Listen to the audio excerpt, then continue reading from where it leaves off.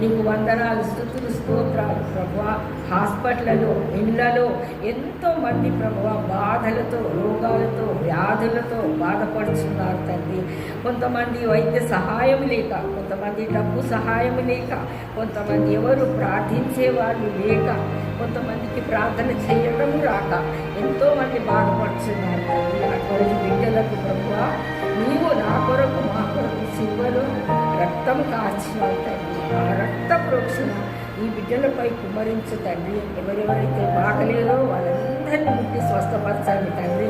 మరి ముఖ్యంగా కోమాలో ఉన్నవాళ్ళు, మరి ప్రభువా వెంటిలేటర్స్ మీద ఉన్నవాళ్ళు, ప్రభువా ఆపరేషన్స్కు తయారవుతున్న వాళ్ళు, మరి యాక్సిడెంట్లలో కాళ్ళు చేతులు పోగొట్టుకొని ఉన్నవాళ్ళు, ప్రభువా వాళ్ళందరినీ కనికరించు తండ్రి.